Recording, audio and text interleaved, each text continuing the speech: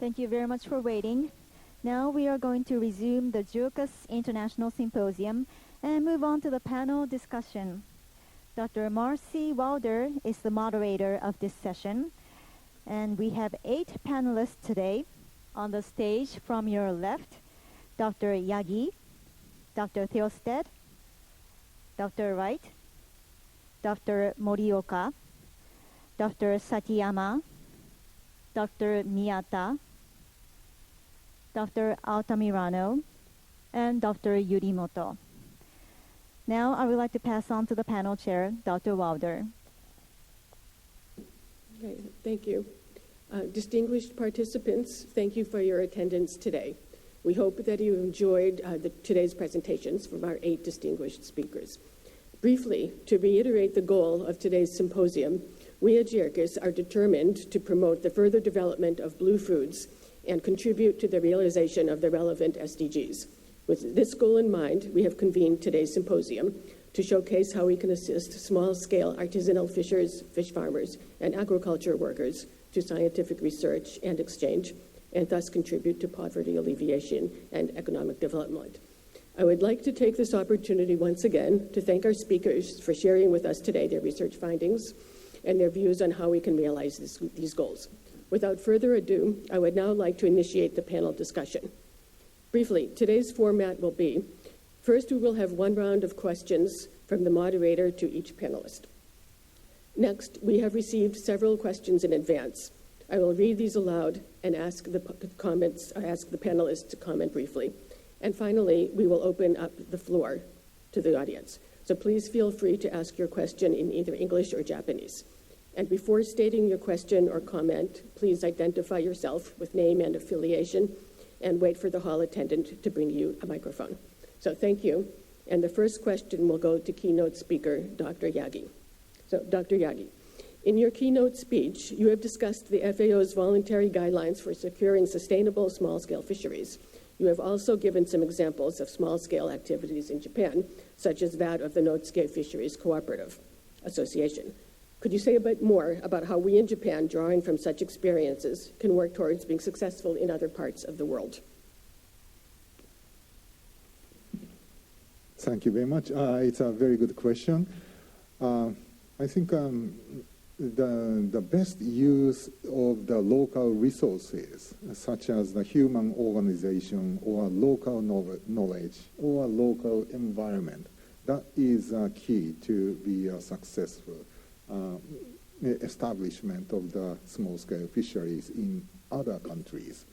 In other countries, because of the diversity of the people's attitude toward the nature or the natural conditions, we cannot just transfer the Japanese way of fisheries or aquaculture to other countries. Other countries, they have their own natural settings and human organizations.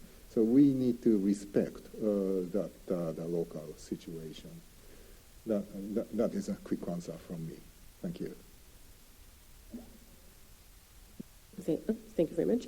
The next speaker, to keynote speaker, Dr. Theosted.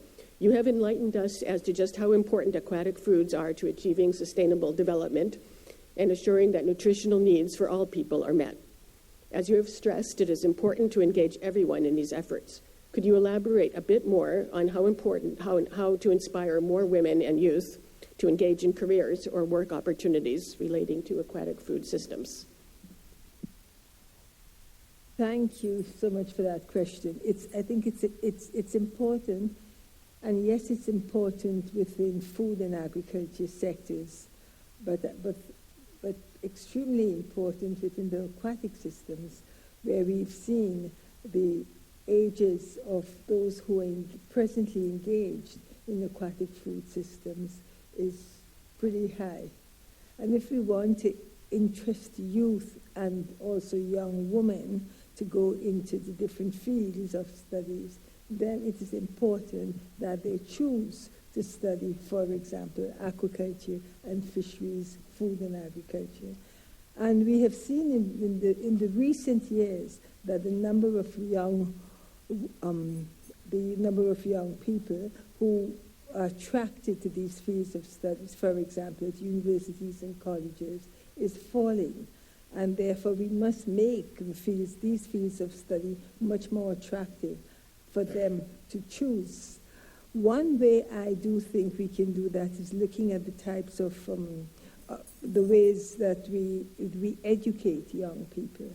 And in the field of aquatic food systems, I do think it would make it much more attractive if we would combine learning in the classroom and learning at universities with having young people spend time in communities to learn about aquatic food systems, also learn about traditional methods and traditional technologies. I think that's one way not only to attract them, but also to make sure that the system gets to be very, much more powerful and engaging. We also have to combine modern technologies, such as data technologies, which are very attractive to young people, with that of traditional knowledge. And there are many ways to do that, and I do not think that we have truly tapped into the approaches that we should use. Modern technologies, data technologies, it's a different scope of work. Traditional knowledge on which that's based, with history, with storytelling, with the language that's used, that's a very different way of knowledge. But I do think that we are wise enough and can combine both so that it becomes attractive for the young people. And lastly, we should have targeted policies and instruments which render conditions for attracting young people within aquatic food systems, so that they, for example, include the conditions for loans, the conditions for access to outputs, for example, getting access to state lands on which they can practice aquatic food systems. Thank you.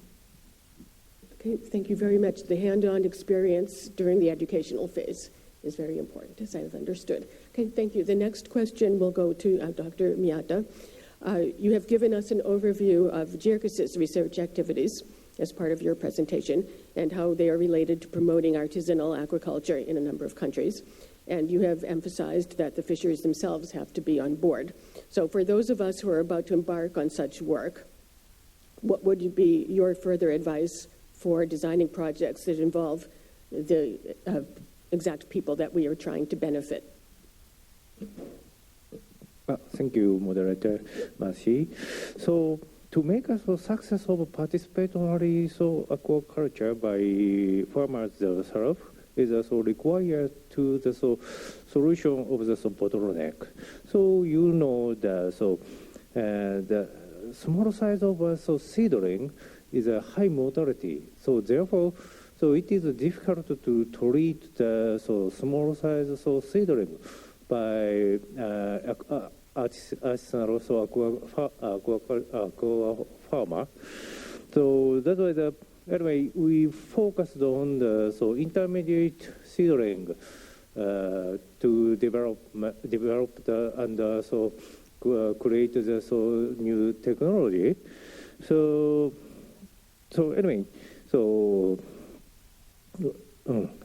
we focus on the intermediate breeding technique. So furthermore, we conducted interdisciplinary approach research, combining with natural scientific research and socioeconomic research. So for dissemination of our technique to the local farmer and local officials. And furthermore, it is very important explanation. This is also very important to explain the scientific evidence to the local farmer and local officials. So in some meeting.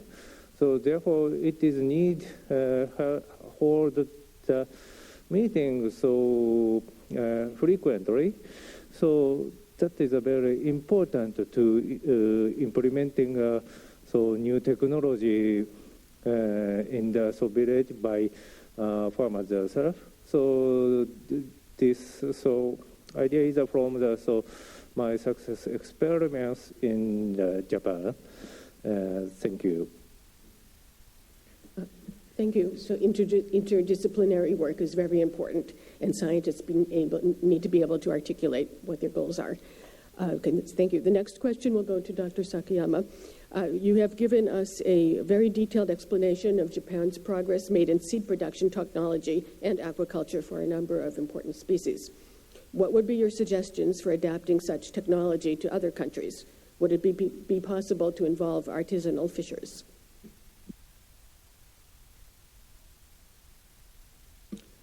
はい、崎山です。先ほど話した飼料生産技術ですね、それを他の国に展開できるか、そのために必要なことは何かということなんですが、そのためにはまずスタンダードとなる技術、先ほど話したような技術をまず使ってみること。ただ道具とかいろんな、機材とかですね、それが使えるところと使えないところがあると思います。でまずそこの中では近くにあるもの、手に入るもので同じシステムを作ってみるということが大事かと思います。ただし先ほど話した、飼育方法とかは機械を組み立てるみたいにこれとこの部品あればこういうものができるというものではありません。あくまでもああいう装置を使って生き物がどういう生態を見せるのか、行動を見せるのか、あるいは餌をちゃんと食べるのか、そういう観察をすること、これが非常に大事と思っています。よく勘違いされるのが、同じ装置を使ってできなかったからこれはダメだとかいう評価を受けるんですけども、そうじゃなくて自分の目で見て確実に改善していく、改良していく、この姿勢が大事じゃないかなと思っています。それからもう一つの、漁業者を巻き込めないかという話なんですが、これにつきましてはですね、養殖というのはもともと天然魚を漁獲してそれを生産するということから始まったものです。日本では西暦600年ぐらいからそういうものが取り込まれたという話を聞いたことがあります。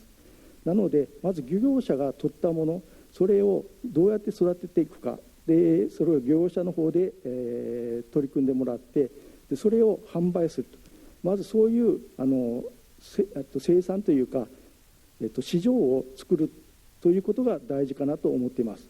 そういう市場が出てきて、天然種苗を使った養殖というものがまず出てきます。ただし天然種苗がいつまでも使うことが続くわけではなりませんので、ある程度規模が拡大していくと人工種苗というものが必要になってきます。そうすると人工種苗を作るためにはまず親が必要です。その親を確保するのは漁業者です。で漁業者と連携を取りながら人工種苗を作って養殖に持っていくことになると思います。ただその先には天然魚と養殖魚という競合が出てきます。それを考えるとその天然魚の販売、あるいは養殖魚の販売、これをうまく組み立てる、どうやって競合させないようにするかということをまず考える必要があるかなと思っています。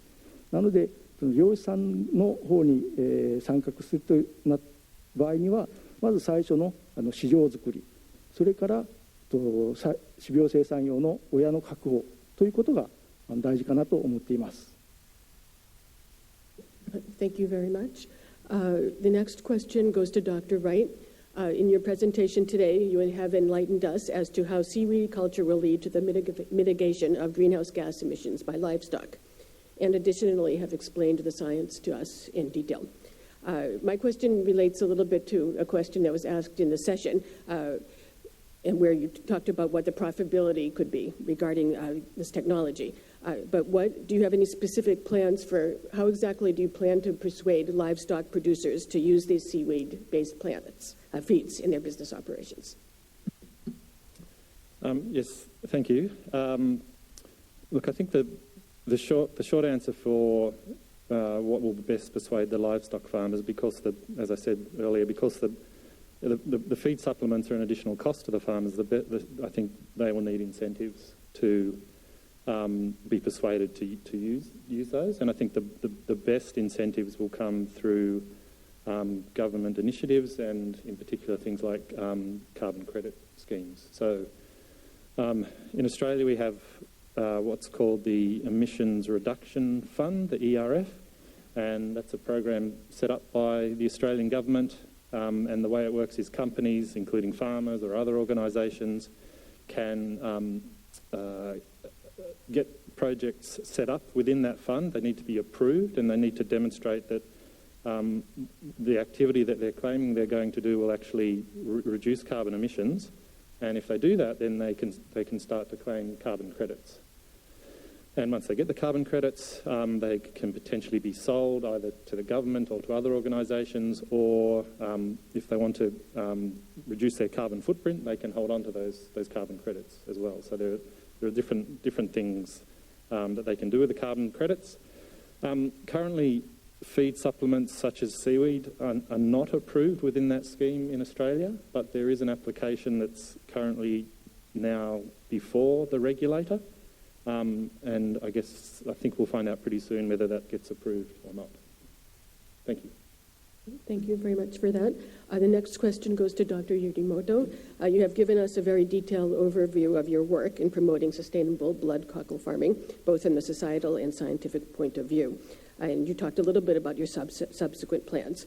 Going forward, what do you expect to be the major challenges? Thank you, question. So, in case of Malaysia, in recent years, Fishermen's Association was organized in Selangor Coast, and new environmental monitoring program started with DOF and local fishermen and local people. So, I hope the coastal management activity united by fishermen, citizens, and government, so they will become more active. So for a long time. So this activity will lead to just Satoumi concept. This is Japanese word. So Sato means in English home or village. Umi is a sea in English. And it is connected to the environmental conservation and bioresource recovery. I think it is important the experts from Japan and Malaysia work together with local fishermen and local people to regularly assess the coastal environment status for a long time for future support. And also it is important to share the knowledge about successful active management cases in both countries in future. I think that's all. Thank you. Thank you very much. Next question is for Dr. Muraoka. In your presentation, you have made the case for the necessity of promoting improved management, production, and utilization of small indigenous species. So in your opinion, what will be the best way to convince more local authorities and fishers to take up such endeavors? Thank you, Dr. Wilder. Everybody said that the well-balanced combination of academia and administration and the private sector, including NGO and NPO, are necessary to realize this kind of situation. So I am the same answer will be going to you. But actually, what I have to say here is the people and residents there, like for example in Laos or Cambodia, for example, have been already convinced what they know what they need, and what they need is how to diversify the food material, including food material means having higher contents of trace minerals and vitamins and other nutritional or functional contents. They know already. But the relatively new idea is how to use the indigenous small species, because indigenous small species were the very low, the marketable value of these small species were very much low. That's why their motivation for producing these species was almost nothing. But if the, realistic technology or technique of processing for value addition, like for example fermented fish, I think that kind of low marketable value would be improved. And also, one of my friends of JIRCAS who is working on fermented fish in Laos, this is so-called paddock, that after fermentation of some kind of fish species, some functional contents, like for example vitamin B12, is synthesized by microbial activity in fermented fish. Such kind of functional features of processed fish or fishery product using the small indigenous species probably can be one big tool to improve the marketable value. So anyway, I see again that well-balanced academia and administration and the private sector is necessary to push this program to going forward. Thank you very much. Thank you, Dr. Morioka. Finally, Dr. Altamirano, in your presentation you have explained to us how artisanal fisheries can be improved through community-based stock enhancement programs, using the example of the tiger shrimp. Could you elaborate a little bit more on the specific scientific work you're planning in the next phase of your project? Thank you very much for that good question. So I think I have emphasized the term site-specific and species-specific. This can be imagined, for example, in comparing laboratory-based and field-based. So in the laboratory, you can control the environment, but for stock enhancement, which is essentially in the field, you have different factors interacting with each other. So it's not automatic that, for example, you read a paper about black tiger shrimp in this biology, you can just take that and use that in your experiment in the field. But the important thing is you need to verify whether that can match or that can be used in your site. So the important thing is you have to do all the detailed studies. I did not have time to really present that today, but the key thing there is that you'll be saving a lot of time in trying to do these scientific studies individually in answering specific questions. If you don't do that, then you'll end up doing trial and error and spending maybe 10, 20 years of your life doing that. So we shortened that by doing these specific studies. And the key also for community-based is it's not only environmental, it's not only biological, and I think Dr. Yagi also mentioned the importance of the local setting. So you need to adjust in terms of site specificity, also in terms of the community that you're in. So respect the culture as well. So not only in terms of biology, environment, but also social and cultural. You need to be specific about in doing your projects. Thank you. Thank you very much. I would just like to ask the panelists if anybody else has anything to add, just very briefly. Does anybody wish to provide further comment? Okay, well, we're running out of time. We have 4 advanced questions, but I'd like to take some questions from the floor. So I'm only going to read 2 of them aloud for now and designate our keynote speakers to answer them. So the first question comes from Japan to Dr. Yagi. I would like to ask if you have any thoughts on the relationship between fishing and aquaculture and how the balance of production will change in the future. Yeah, thank you. The question is to ask the proper balance between aquaculture and capture fisheries for natural fish. I think the aquaculture has 2 kinds. The one is to utilize the feed. That is aquaculture for fin fish. We need to input the feed for fin fish. But other type of aquaculture is not utilizing feed. The aquaculture for seaweed, for example, seaweed do not consume their feed. They are only growing using sunshine by photosynthesis. The other the one is a bivalve species. It's a shellfish, and they are so-called plankton feeder. They only feed phyto or zooplanktons, and so they fishermen do not need to feed those bivalve species also. So those aquaculture that does not require feed, it has a huge potential. And also, for example, the seaweed aquaculture, the use of the product is not limited to the human consumption, but also it's a consumption for animals. And so those types of the aquaculture can be increased. But other types of aquaculture that require feeding activities, there is a natural limitation because feed are coming from the natural fish. My conclusion is the aquaculture without using feed, it has a huge potential to be increased. Thank you. Thank you very much. One more advanced question I would like to direct to Dr. Thilsted. This is also from Japan. If an abnormal rise in seawater temperature due to global warming continues for a long time, what will be the impact on the flora and fauna of the sea in the future?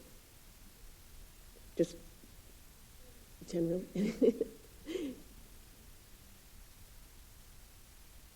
Sorry, I didn't really get. Oh, this person wants global warming continues. How will the flora of the ocean be impacted? Yeah.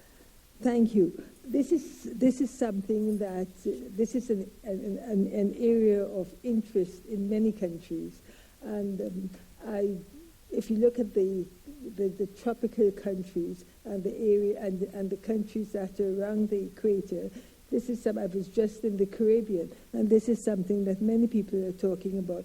Are the waters getting too warm, and therefore the fish will move away from the tropics and move north and move south, and therefore will be unavailable, especially to local fishing communities. So this is one aspect that people are talking about. The other one is that if you go to colder waters like Northern Europe, already some fishermen off the coast of England are talking about that there are other fish coming in, and this is perhaps due to the warming again of the waters. We've done some work in Tonle Sap in the Mekong Delta and have seen that that temperatures are rising in the wetlands and in the rice fields, and this seems to have, because we have only looked at it for a short period of time, seems to have an effect on the diversity of fish species. There's a lesser diversity of fish species. So I do think that we need to have some more data and to tease out the different movements that we are seeing in different parts of the world and the ways that it's affecting different communities. For example, if you have local communities that use boats that don't go far away, then of course that's going to have an effect on the amount of fish and the type of fish that they get. So it's not a one for all situation that goes in the same direction for all. Okay, thank you very much. There's not that much time left, so I would like to I think we can take about 2 or 3 questions from the floor. Anything. Please, if anybody would like to ask a question, please go ahead. Is there any? Do we have any questions from the floor? There's one over there. Okay, please identify yourself.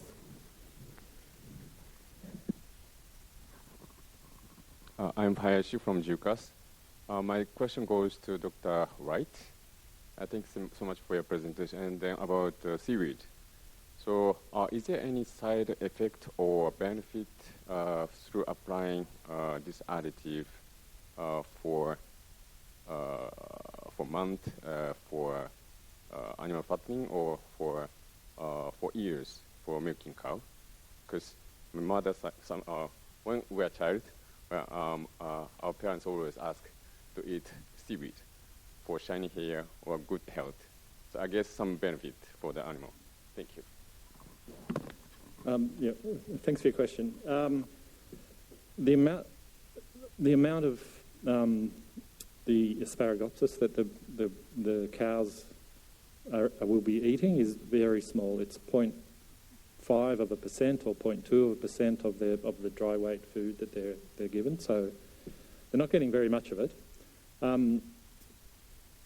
There has been a couple of studies that I'm aware of that have looked into what happens to the bromoform once it's been ingested, but unless it's at a very high concentration, much higher than would be applied in the feed supplements, it doesn't really seem to be an issue at all.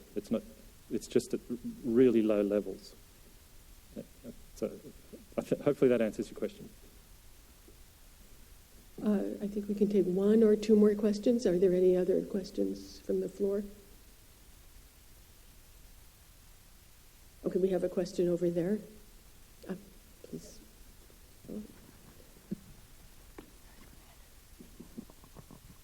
Thank you, Mr. Chairperson. My name is Sugiyama. I'm from Japan International Cooperation Agency. My question goes to Dr. Shakuntala and Dr. Morioka.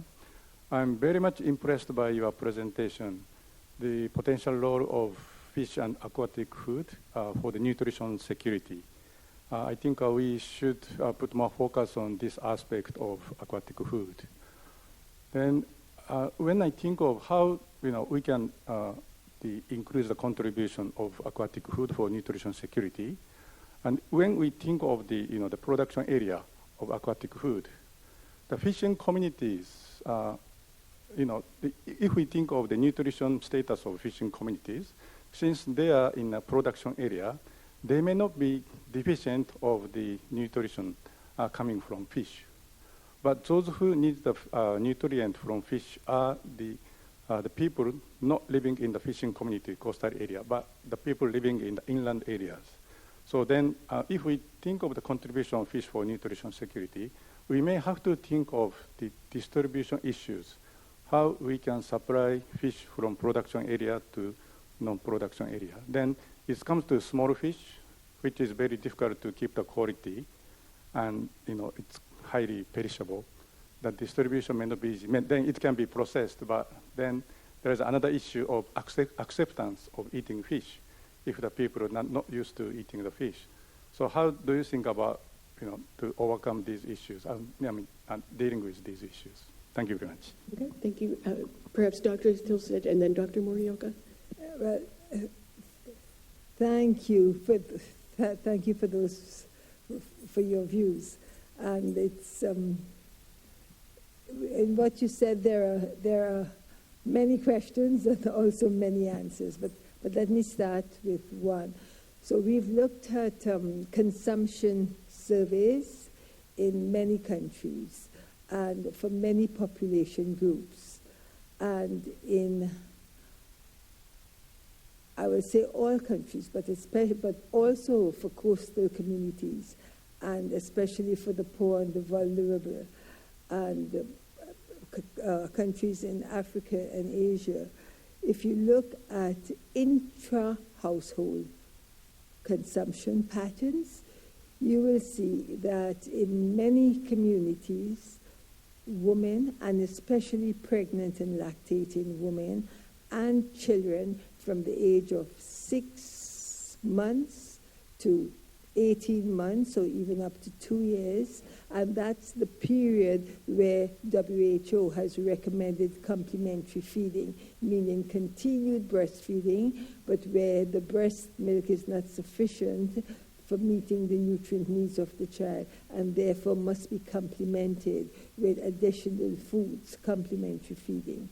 And in this period, if you look at consumption, and again, as I mentioned before, pregnant and lactating women, consumption of aquatic foods is very low. And you can increase the consumption and have a beneficial effect on the nutrition and health, and in children, the growth and development of children. So that's the first thing, and that's nearly across the board, even in rich countries. With respect to which population groups can benefit. So that's specific for which groups can benefit from a higher intake of aquatic foods. That's pregnant and lactating women and children from the age of 6 months to 2 years, because of all the effects it has on growth and development, on individual development, and thereby national development. Think if we already know, the research tells us that intake of aquatic foods improves school performance. And what if we can put a value on school performance and thereby the individual development and the effect that has on national development? The other point you ask is about population groups that are close to water bodies and those who are, for example, away from water bodies. And we have looked at studies, for example, in the urban poor, and they, of course, can benefit from an increased intake of aquatic foods. And to do this, as you rightly mentioned, you'd have to look at the supply chains. And we know in many countries the supply chains, the cold storage, transportation is poor. So this is why one of the ways is trying to develop convenient products that have a long shelf life and do not require refrigeration or freezing. For example, as we have in Africa with smoking and with drying, and making the product, for example, into a powder that can easily be added to cooked foods. For example, if you would make a porridge for the child, then you can add a fish powder, a teaspoon of fish powder, which would greatly increase the micronutrient content of the porridge. Yeah, no, I think Dr. Shakunta said almost the same thing, nearly 100% I have to say. But if I add something, I think that Dr. Sugiyama asked one thing about the eating culture, if the people like eating fish or not. And I don't know about, there is small tribal area in, like, for example, in Laos, northern edge of the country, I don't know. But in general, almost all the people like eating fishes, if there is beside or there is not. Then, another problem, the people like eating fish, but sometimes the people are eating fish in a form of, how do you say, non-cooked fish. And it is the cause of parasitic diseases. So we have to pay attention about this. But generally saying, the people accept the culture of eating fishes. And they rather like eating fresh fishes, but I think if they may not less acceptable about the processed fishes, but when the Dr. Shakunta, what Dr. Shakunta told that probably the way of processing can be a bit more modified for better acceptability of the residents. That's my answer. Thank you very much. Thank you very much. I'm afraid we're out of time, so I would like to thank our distinguished panelists once again for their enlightenment, and thank you for everybody. Please join me in a round of applause for the panelists.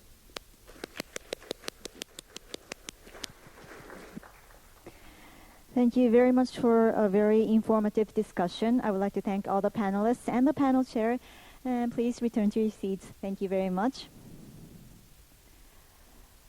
Now please give us a moment while we prepare for the last program. Now it is almost time to close the JIRCAS International Symposium. Dr. Yukiyo Yamamoto, Vice President of JIRCAS, will make some closing remarks. Dr. Yamamoto, please come up to the stage. Distinguished participants, on behalf of the organizers, I would like to give a few concluding remarks for this symposium.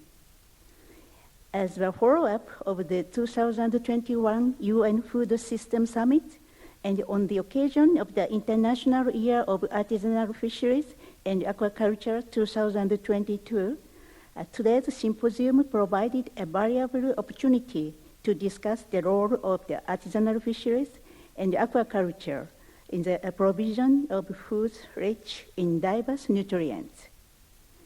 Artisanal fisheries and aquaculture also create employment and they contribute to maintaining the knowledge systems and socio-cultural values in rural communities. In turn, in order to play a central role in the global food system transformation, artisanal fisheries and aquaculture sector needs innovations to unlock the potentials of small-scale stakeholders. Given the extreme heterogeneity and diversity of their environment, however, developing and applying innovations without leaving no one behind is no easy task. Today, we have greatly benefited from the leading experts who shared their experiences of how best to address the challenges of artisanal fisheries and aquaculture. While no single solution exists, a multidisciplinary approach can be a key to address not only the technical challenges small-scale operators face in locally specific contexts, but also identify the support areas to overcome the socio-economic constraints, including the regulations and the institutions. Therefore, accelerating the innovations in artisanal fisheries and aquaculture requires not only local actions, but also enabling the commitment of all the stakeholders, from local communities, research institutions, private sectors, and policymakers. I would like to take this moment to thank all our speakers, especially the keynote speakers, Professor Yagi Nobuyuki and Dr. Shakuntala Haraksin-Silstedt. JIRCAS is also very grateful for having the opportunity to organize this symposium with support from the Ministry of Agriculture, Forestry, and Fisheries, and Japan Fisheries Research and Education Agency. Finally, thank you to all the symposium participants, the on-site and online audience, as well as to everyone involved in planning and the management of this hybrid event. We are truly grateful for your valuable contributions and attendance. Thank you very much.